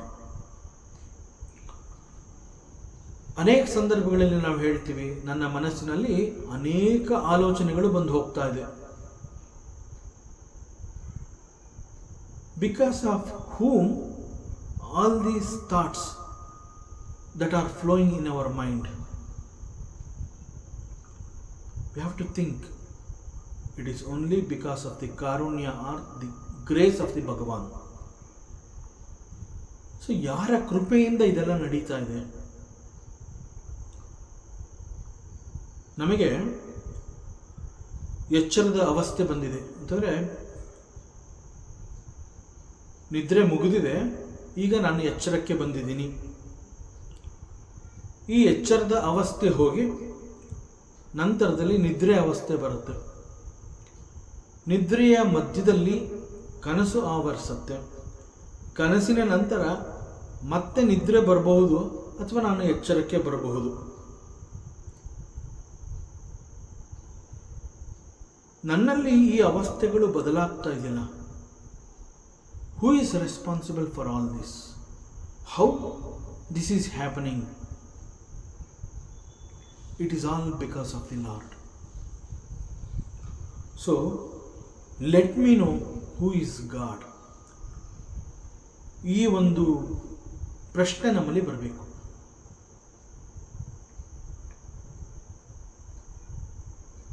ಯಾವಾಗ ಭಗವಂತ ಅಂತಂದ್ರೆ ಯಾರು, ಹೂ ಈಸ್ ಗಾಡ್ ಅನ್ನುವಂತಹ ಒಂದು ಪ್ರಶ್ನೆ ನಮ್ಮಲ್ಲಿ ಬಂದಿದೆ ಅಂತ ಅನ್ಸುತ್ತೆ, ಆಗ we are ready to listen to the stories of the ಭಗವಂತ. ನನ್ನ ಎಕ್ಸಿಸ್ಟೆನ್ಸ್ಗೆ ನಾನಲ್ಲದೆ ಮತ್ತೊಂದು ಬಲವಾದ ಯಾವುದೋ ಒಂದು ಶಕ್ತಿ ಇದೆ ಅನ್ನೋದು ನನಗೆ ಗೊತ್ತಾದಾಗ, ಆ ಶಕ್ತಿಯನ್ನು ನಾನು ತಿಳ್ಕೋಬೇಕು ಅನ್ನುವ ಒಂದು ಪ್ರಶ್ನೆ ನನ್ನಲ್ಲಿ ಉದ್ಭವವಾದಾಗ, ನಾನು ಭಗವಂತನನ್ನ ಕುರಿತು ಯೋಚನೆಯನ್ನು ಮಾಡ್ತೀನಿ. Then I will listen to the stories, kathas, leela, ಮಹಿಮೆ ಇವೆಲ್ಲವನ್ನು ತಿಳ್ಕೊಳ್ಳೋ ಪ್ರಯತ್ನವನ್ನು ಮಾಡ್ತೀನಿ. ದಟ್ ಈಸ್ ಕಾಲ್ಡ್ ಯದೃಚ್ಛಯ ಮತ್ ಕಥಾದೌ ಜಾತ ಶ್ರದ್ಧಸ್ತು ಯಃ ಪುಮಾನ್. ಭಗವಂತ ಯಾರು ಅಂತಂದಾಗ ಅವನು ನಮ್ಮ ಕಾಣಿಗೆ ಕಾಣಿಸುವಂತಹವನಲ್ಲ. But he is there. Just because I am not able to see him, I cannot say he is not there. He is there. And he is everywhere ಅಂತ ಹೇಳ್ತಾರೆ ಅನುಭವಿಗಳು. ಸೊ ಅದರಿಂದ ಎಲ್ಲೋ ಒಂದು ಕಡೆ ಅವನು ಇರಲೇಬೇಕು. ಸೊ ಅವನು ಎಲ್ಲಿ ಬೇಕಾದರೂ ಇರಲಿ, ಅವನು ಹೇಗೆ ಬೇಕಾದರೂ ಇರಲಿ, he is interesting. So I would like to have his relationship. ಭಗವಂತ ಅಂತಂದರೆ it is something he is creating interest in me and in my life. So far I have not seen him. So many ಜ್ಞಾnis says he is everywhere. Okay, ಅವನು ಎಲ್ಲಿ ಬೇಕಾದ್ರೂ ಇರಲಿ. ಭಗವಂತ ಅಂತಂದರೆ ನನಗೊಂದು ರೀತಿಯ ಆಸಕ್ತಿ ಉಂಟಾಗಿದೆ.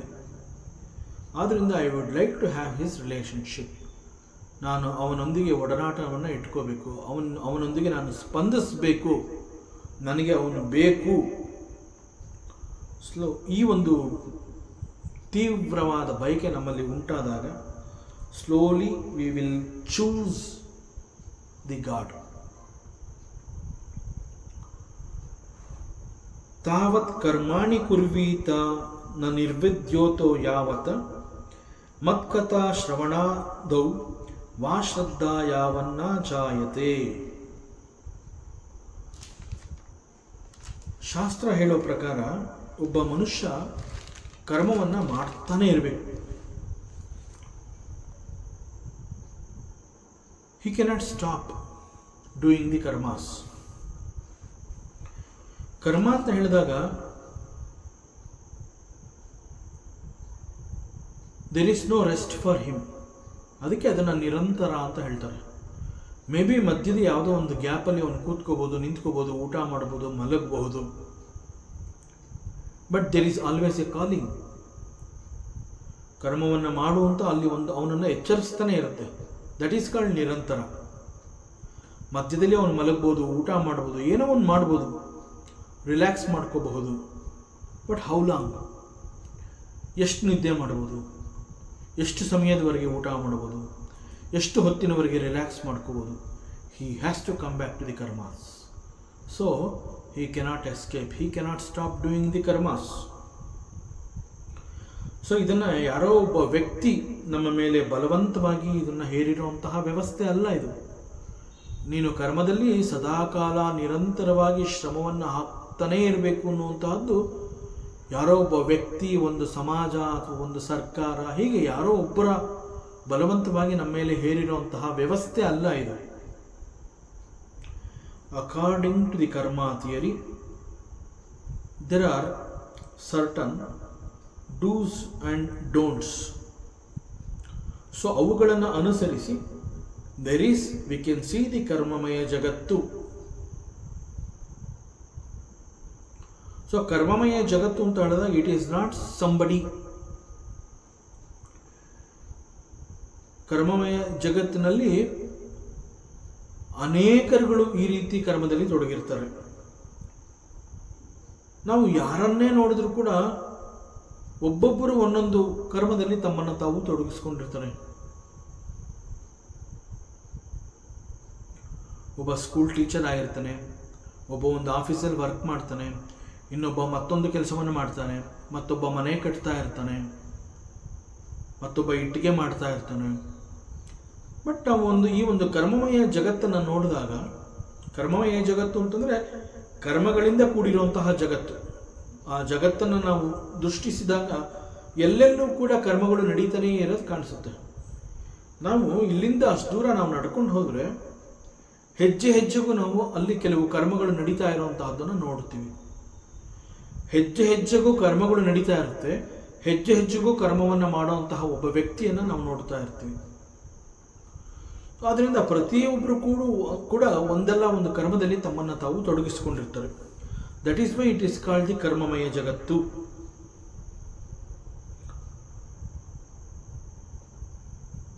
ಸೊ ನೋಡುವಂತಹ ಅನೇಕ ವಸ್ತುಗಳು ಈ ಜಗತ್ತಿನಲ್ಲಿದೆ. ಅದರಿಂದ ಇದನ್ನು ದೃಶ್ಯ ಪ್ರಪಂಚ ಅಂತ ಕೂಡ ಹೇಳ್ತಾರೆ. ಸೊ ಈ ಪ್ರಪಂಚದಲ್ಲಿ ನಾವು ಅನೇಕ ವಸ್ತುಗಳನ್ನು ನೋಡ್ತೀವಿ. ಲೈಕ್ ಸಣ್ಣ ಬಿಲ್ಡಿಂಗು, ದೊಡ್ಡ ಬಿಲ್ಡಿಂಗು, ಅಪಾರ್ಟ್ಮೆಂಟು, ಒಂದು ಕಾರ್ಖಾನೆ, ಒಂದು ಫ್ಯಾಕ್ಟ್ರಿ, ಒಂದು ಆಫೀಸು, ಒಂದು ಸೇತುವೆ, ಬೆಟ್ಟ ಹತ್ತೋದಕ್ಕೆ ಮೆಟ್ಲುಗಳು, ಹಾಗೂ ನಮ್ಮ ದಿನನಿತ್ಯದಲ್ಲಿ ಉಪಯೋಗಕ್ಕೆ ಬರುವಂತಹ ಅನೇಕ ವಸ್ತುಗಳು, ಹೀಗೆ ಅನೇಕಗಳನ್ನು ನಾವು ಈ ಜಗತ್ತಿನಲ್ಲಿ ನೋಡ್ತೀವಿ. ಜಗತ್ತಿನಲ್ಲಿ ನೋಡುವಂತಹ ಈ ಅನೇಕಗಳೆಲ್ಲವೂ ಏನು ತಾವಾಗಿಯೇ ಉದ್ಭವ ಆಯಿತಾ? ಆ ರೀತಿ ಆಗಕ್ಕೆ ಸಾಧ್ಯನಾ? It is not possible.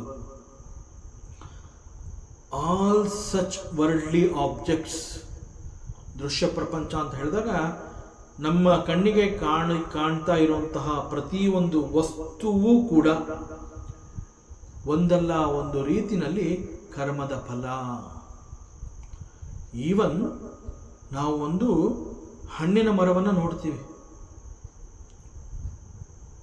ಆ ಹಣ್ಣಿನ ಮರ ಕೂಡ ತಾನಾಗಿ ಉದ್ಭವ ಆಗಿಲ್ಲ, ಯಾರೋ ಒಬ್ಬ ಅಲ್ಲಿ ಅದಕ್ಕಾಗಿ ತನ್ನ ಶ್ರಮವನ್ನು ಬೆವರು ಸುರಿಸಿರ್ತಾನೆ.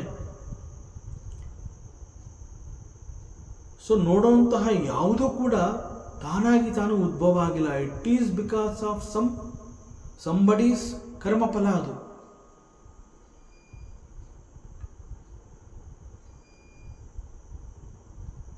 ಎಷ್ಟೋ ಜನಕ್ಕೆ ಇದು ಹೇಗಾಯಿತು ಅನ್ನೋದು ಗೊತ್ತಿಲ್ಲ, ಆದರೆ ಅದು ಹಾಗೆ ಆಗೋದಕ್ಕೆ ಅಲ್ಲಿ ಅನೇಕ ಕಾಣದ ಕೈಗಳು ಅಲ್ಲಿ ಕೆಲಸ ಮಾಡಿರುತ್ತವೆ. So this is called the karmamaya jagattu. ಮತ್ತು ಕರ್ಮಮಯ ಜಗತ್ತು ಅಂತ ಹೇಳಿದಾಗ ಅಲ್ಲಿ ಕೇವಲ ಏನೋ ಒಂದು ವಸ್ತುಗಳು ಅಥವಾ ಏನೋ ಒಂದಿದೆ ಅಷ್ಟು ಮಾತ್ರ ಅಲ್ಲ. Even there are, we can see the ಸ್ವರ್ಗಾದಿ ಸುಖಗಳು, ನಮಗೆ ಬೇಕಾಗಿರುವಂತಹ ಅನೇಕ ಪ್ಲೆಜರ್ ಪಾಯಿಂಟ್ಸ್, ಅವೆಲ್ಲ ಈ ಜಗತ್ತಿನಲ್ಲಿ ನಾವು ನೋಡಬಹುದು. ಸೊ ನಮಗೆ ಕೆಲವುಗಳು ದೊರೆತಾಗ ನಾವು ಅವುಗಳಿಂದ ಹೆಚ್ಚು ಸುಖವನ್ನು ಪಡಿತೀವಿ. ಸೊ ನನಗೆ ಸಿಕ್ಕಂತಹ ಒಂದು ವಸ್ತುವಿನಿಂದ ನಾನು ಸುಖವನ್ನು, ಆನಂದವನ್ನು ಅನುಭವಿಸ್ತಾ ಇದ್ದೀನಿ ಅಂತಂದ ಮೇಲೆ ಮತ್ತೆ ಮತ್ತೆ ಅವುಗಳಿಗಾಗಿ ಕರ್ಮವನ್ನು ಮಾಡ್ತಾನೇ ಇರ್ತೀವಿ. ಯಾವುದೋ ಒಂದು ವಸ್ತು ನನಗೆ ಸುಖವನ್ನು ಕೊಡ್ತು ಅಂತ ಹೇಳಿ ಆ ವಸ್ತುವಿನ ಮೇಲೆ ನನಗೆ ಆಸಕ್ತಿ ಉಂಟಾಗುತ್ತೆ. ಅದು ಕ್ಷಣಿಕ ಕಾಲದೇ ಸುಖವನ್ನು ಕೊಟ್ಟಿರಬಹುದು ನಿಜ, ಆ ವಸ್ತುವನ್ನು ನಾನು ಪಡಿಬೇಕು ಅಂತ ಹೇಳಿ ನಾನು ಒಂದು ಕರ್ಮವನ್ನು ಮಾಡಿ ಹಣವನ್ನು ಸಂಪಾದನೆ ಮಾಡಿರ್ತೀನಿ. ಆ ವಸ್ತುವನ್ನು ಮತ್ತೊಬ್ಬ ಯಾವುದೋ ಒಂದು ಕರ್ಮವನ್ನು ಮಾಡಿ ಆ ವಸ್ತುವನ್ನು ತಯಾರು ಮಾಡಿರ್ತಾನೆ. ಸೊ ನನಗೆ ಈ ವಸ್ತು ಬೇಕಾಗಿರುತ್ತೆ, ಅದಕ್ಕಾಗಿ ಶ್ರಮವನ್ನು ಹಾಕಿ ಹಣವನ್ನು ಸಂಪಾದನೆ ಮಾಡ್ತೀನಿ. ಅವನು ಶ್ರಮವನ್ನು ಹಾಕಿ ಈ ವಸ್ತುವನ್ನು ತಯಾರು ಮಾಡಿರ್ತಾನೆ, ಅವನಿಗೆ ಹಣ ಬೇಕಾಗಿರುತ್ತೆ. ಸೊ ಹೀಗೆ ಪ್ರತಿಯೊಬ್ಬರೂ ಕೂಡ ತಮಗೆ ಬೇಕಾಗಿರುವಂತಹದ್ದಕ್ಕಾಗಿ ಕರ್ಮಗಳನ್ನು ಮಾಡ್ತಾನೆ ಇರ್ತಾರೆ. ದಟ್ ಈಸ್ ಕಾಲ್ಡ್ ದಿ ನಿರಂತರ ಕರ್ಮ. ಸೊ ಯಾವುದೋ ಒಂದು ಸಮಯದಲ್ಲಿ ನಮಗೆ ಹೀಗೆ ವಸ್ತುಗಳಿಂದ ಸುಖ ಸಿಗ್ತಾ ಇದೆ ಅನ್ನೋದು ಗೊತ್ತಾಗಿ ಅವುಗಳ ಹಿಂದೆ ಬಿದ್ದಿರ್ತೀವಿ.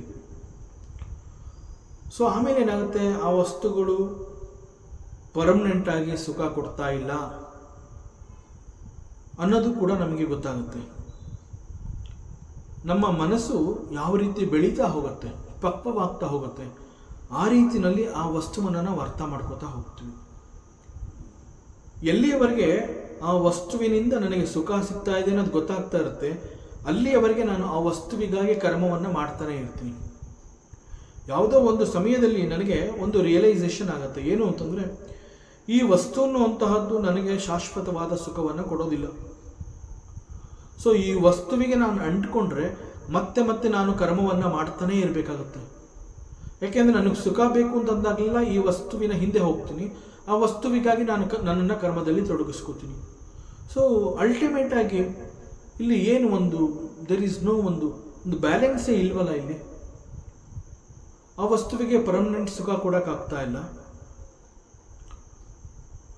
So it is not required. I don't want this type of temporary ಸುಖ ಕೊಡುವಂತಹ ವಸ್ತು ನನಗೆ ಬೇಡ ಅಂತ ಡಿಸೈಡ್ ಮಾಡ್ತೀನಿ. ಸೊ ಹೀಗೆ ನನಗೆ ಸುಖ ಬೇಡ, ಇಂತಹ ವಸ್ತು ಬೇಡ ಅಂತ ಹೇಳಿ ಅವುಗಳ ಬಗ್ಗೆ ಒಂದು ವಿರಕ್ತ ಭಾವ ಬೆಳೆಯುತ್ತಲ್ಲ, ದಟ್ ಈಸ್ ಕಾಲ್ಡ್ ದಿ ವೈರಾಗ್ಯ. ಸೊ ಇವುಗಳಿಂದ ದೂರ ಬಂದಾಗ ಮಾತ್ರ, ಇನ್ನು ನನಗೆ ಇಂತಹದ್ದು ಬೇಡ, ಈ ಸಹವಾಸ ಬೇಡ ಅಂತ ಹೇಳಿ ಇವುಗಳಿಂದ ದೂರ ಬಂದಾಗ, then it is possible for me to sit and listen to the stories of the ಭಗವಂತ. ಸೊ ಭಗವಂತನಲ್ಲಿ ನನಗೆ ಆಸಕ್ತಿ ಬೆಳೀತಾ ಇದೆ ಅಂತಂದಾಗ, that is the signal that we are away from the karma and the ಕರ್ಮಫಲಾಸ್. ಕರ್ಮ ಮತ್ತು ಕರ್ಮಫಲವನ್ನು ಯಾವಾಗ ನಿಲ್ಲಿಸಬೇಕು ಅಂತಂದರೆ, ಯಾವಾಗ ನನ್ನಲ್ಲಿ ವೈರಾಗ್ಯ ಭಾವ ಅನ್ನುವಂಥದ್ದು ಉಂಟಾಗತ್ತೆ. ವೈರಾಗ್ಯ ಭಾವ ಯಾವಾಗ ಉಂಟಾಗತ್ತೆ ಅಂತಂದರೆ, ನಾನು ಭಗವಂತನ ಲೀಲಾ ಮಹಿಮೆಗಳನ್ನು, ಒಂದು ರಿಯಾಲಿಟಿ, ಒಂದು ಸತ್ಯವನ್ನು ನಾನು ತಿಳ್ಕೋಬೇಕು ಅಂತ ಹೇಳಿ ಈ ಒಂದು ಆಧ್ಯಾತ್ಮ ಜೀವನಕ್ಕೆ ನಾನು ಬರ್ತೀನಿ ಅಂತ ಡಿಸೈಡ್ ಮಾಡ್ತೀನಲ್ಲ, ಆವಾಗ ಈ ಕರ್ಮ ಮತ್ತು ಕರ್ಮಫಲಗಳ ಬಗ್ಗೆ ಆಸಕ್ತಿ ಅನ್ನುವಂತಹದ್ದು ಸಂಪೂರ್ಣವಾಗಿ ನನ್ನಿಂದ ದೂರ ಹೋಗುತ್ತೆ. ಸೊ ಈ ಬದಲಾವಣೆ ನಮ್ಮಲ್ಲಿ ಬರುವವರೆಗೆ ನಾವು ಕರ್ಮಗಳನ್ನು ಮಾಡ್ತಾನೇ ಇರಬೇಕು. ಕೆಲವರು ಕೇಳ್ತಾರೆ, ಎಲ್ಲಿಯವರೆಗೆ ಈ ಕೆಲಸ ನಾನು ಮಾಡಬೇಕು? ಎಲ್ಲಿಯವರೆಗೆ ಈ ಕೆಲಸದಿಂದ ಸಿಗ್ತಾ ಇರುವಂತಹ ಸುಖ ನನಗೆ ಇನ್ನು ಬೇಡ ಅಂತ ಡಿಸೈಡ್ ಮಾಡ್ತೀಯೋ, ಅಲ್ಲಿವರೆಗೆ ಇಂತಹ ಕರ್ಮವನ್ನು ನೀನು ಮಾಡ್ತಾನೇ ಇರಬೇಕು. ಸೊ ಮನುಷ್ಯ he cannot escape from the karma activities. This is the reality. So ಕರ್ಮ ಅಂತ ಹೇಳಿದಾಗ we need to understand the hard reality which is there in the karma theory. ಮನುಷ್ಯ ತಾನು ಎಲ್ಲೇ ಇರಲಿ, wherever he is placed in the life, from there he has to do whatever is required to be done. But ಆ ರೀತಿಯಲ್ಲಿ ನಾವು ಕೆಲಸ ಮಾಡ್ತಾ ಇಲ್ಲ, ಕರ್ಮವನ್ನು ಮಾಡ್ತಾ ಇಲ್ಲ. ನಾವು ಯಾವ ರೀತಿಯಲ್ಲಿ ಕರ್ಮವನ್ನು ಮಾಡ್ತಾ ಇದ್ದೀವಿ ನಾವೇ ಆಲೋಚನೆ ಮಾಡಬೇಕು. Have to think. ಸೊ ನಾವು ಯಾವ ರೀತಿಯ ಕರ್ಮವನ್ನು ನಿಜವಾಗ್ಲೂ ನಾವು ಮಾಡ್ತಾ ಇರುವಂತಹ ಕರ್ಮ ಯಾವ ರೀತಿದು ಅಂತಂದರೆ, ವಿ ಆರ್ ಆ್ಯಕ್ಚುಲಿ ಡೂಯಿಂಗ್, ನಮಗೆ ಯಾವುದು ಇಷ್ಟ ಅದನ್ನು ನಾವು ಮಾಡ್ತಾ ಇದ್ವಿ. ನಿಜವಾಗಿ ನನಗೆ ಯಾವುದು ಬೇಕು ಅದಕ್ಕಾಗಿ ನಾನು ಕರ್ಮವನ್ನು ಮಾಡ್ತಾ ಇಲ್ಲ. This we have to understand. ಇಲ್ಲಿ ಸತ್ಯ ಬಹಳ ಸೂಕ್ಷ್ಮವಾಗಿ ಅಡಗಿದೆ. ಲೈಕ್ಸ್ ಆ್ಯಂಡ್ ಡಿಸ್ಲೈಕ್ಸ್ ಅನ್ನುವಂಥದ್ದನ್ನು ನಾವು ನಮ್ಮ ಮನಸ್ಸಿನಲ್ಲಿ ಆ ಒಂದು ವಿಭಾಗವನ್ನು ಮಾಡಿಕೊಂಡು ಯಾವುದು ನನಗೆ ಇಷ್ಟ ಆಗ್ತಾ ಇದೆ ಅದಕ್ಕಾಗಿ ಕರ್ಮವನ್ನು ಮಾಡ್ತಾ ಇದ್ದೀನಿ. ಬಟ್ ಆ್ಯಕ್ಚುಲಾಗಿ ನನಗೆ ಏನು ಬೇಕು ಅನ್ನುವಂತಹದ್ದು ನನಗಿನ್ನೂ ಗೊತ್ತಾಗಿಲ್ಲ. ನನಗೆ ಏನು ಬೇಕು ಅನ್ನುವಂಥ ತಿಳ್ಕೊಳ್ಳುವಂತಹ ಕರ್ಮವನ್ನು ನಾನಿನ್ನೂ ಪ್ರಾರಂಭನೇ ಮಾಡಿಲ್ಲ.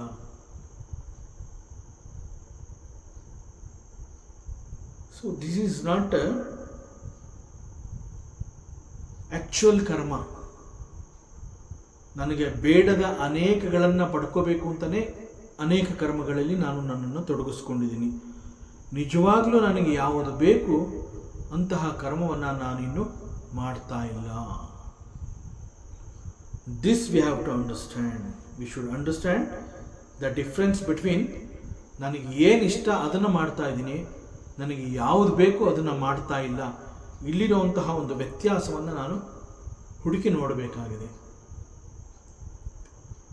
ಮತ್ತಷ್ಟು ವಿಚಾರಗಳಿದೆ, ಮುಂದಿನ ಅವಕಾಶದಲ್ಲಿ ಮತ್ತೆ ಮುಂದುವರಿಸೋಣ.